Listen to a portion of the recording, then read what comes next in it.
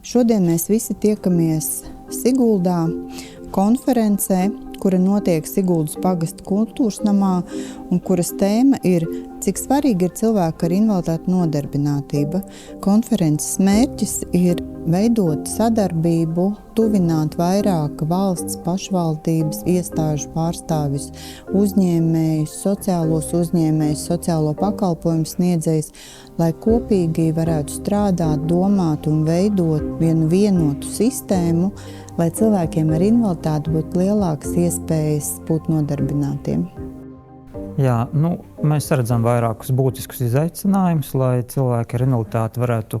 vairāk un aktīvāk iesaistīties darba tirgu. Un viens no tiem, protams, ir mūsu visu kā sabiedrības, un tā skaitā darba devēja varbūt kaut kādi stereotipi un aizspriedumi, ko cilvēki ar invaliditāti ir tepat blakus mums līdzās, ka viņi ir tās darba rokas, kas var aizpildīt reālās vakances, darīt reālus darbus.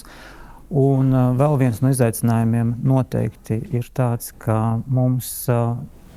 ir pakalpojumi, mums ir arī atbalsta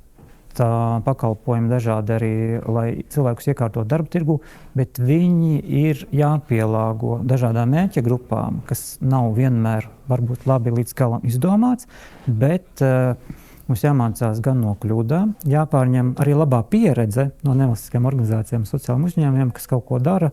cilvēku labā, un šīs programmas jāpielāgo vairāk tādas uz ilgspējīgāku risinājumu. Teiktu, ka šobrīd ir tādi vairāki virzieni, pie kā mēs domājam, patiesībā darba devējiem varētu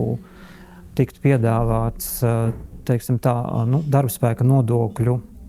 tāds kompensācijas mehānisms, piemēram, tās pašas valsts sociālās apdrošināšanas obligātās iemaksas, kas sastāv diezgan lielu daļu no darba algas izmaksā.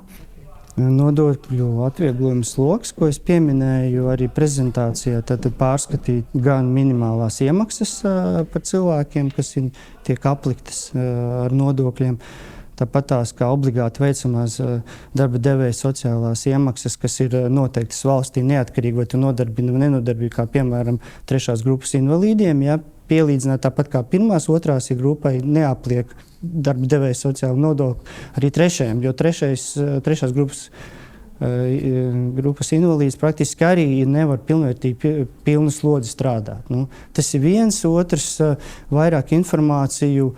sniegt uzņēmējiem un informēt, kur viņam iespēja piedalīties, gūstot papildus atbalstu no valsts puses, kā grantus, kā piemēram ir Altuma programmas LIA, kur kabina klāt šī brīža tendences, ko pieminēja digitalizāciju pašu, ja, bet arī pievienojot papildus inovatīvās lietas, attiecīgi tur arī papildus būtu nāktu grants kā bonus ar finansējumu,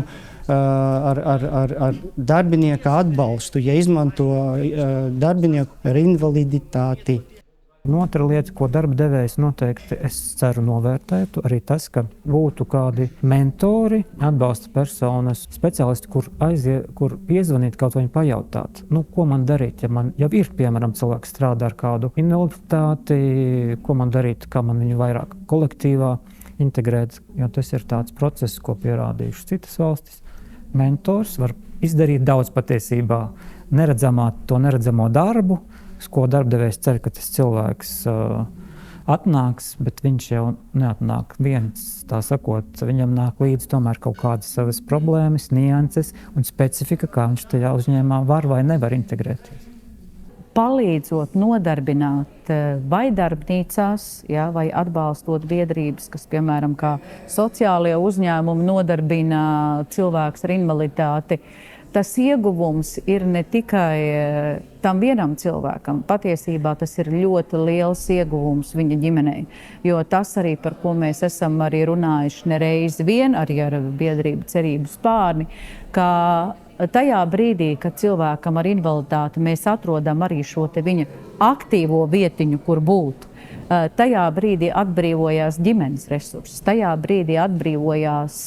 vecāku līdzcilvēku resursi, kuri arī var paši atgriezties darba tirgu, un patiesībā līdz ar to tas ir dubultais ieguvums. Jā, tad pēc šodienas konferences man ir sajūta, ka mums ir ļoti daudz dažādu brīnišķīgu iniciatīvu, kuras varbūt darbojas diezgan pašas par sevi. Respektīvi, ir specializētās darbnīcas, ir brīnišķīgas NVO, kas strādā ar cilvēkiem ar invaliditāti, ir Nodarbinātības valsts aģentūra, kas ir tā oficiālā puse, esam mēs, Latvijas Sociālās uzņēmējdarbības asociācija, un kopumā liekas, ka šīs visas ir brīnišķīgas iniciatīvas, un varbūt katrs lepojas tieši ar to savu padarīto lietu. Un man liekas, ka šī konference ir brīnišķīga vieta, kur šīs dažādās puses arī sanāca kopā, jo tad mēs varam dzirdēt, kā šī viena jautājuma risināšana, tātad cilvēku ar invaliditāti nodarbināšana, kā tas izskatās no katra no mūsu pusēm. Un tātad arī tas dod mums iespēju sanākt kopā, saprast, kāda tad ir aktualitāte katrā no šīm skatu punktiem un saprast arī, kā tad labāk sadarboties un strādāt kopā. Jo man šķiet, ka šis ir tāds ļoti komplekss jautājums, un mēs noteikti nav iespējams, teiksim, vienai NVO vai vienam uzņēmumam atrisināt šo jautājumu, ka uz to ir jāstrādā no visām pusēm kopā. Un tad man liekas, ka tas lielais jautājums ir, tad, kā tad labāk sadarboties un skatīties uz to visiem kopīgiem spēkiem.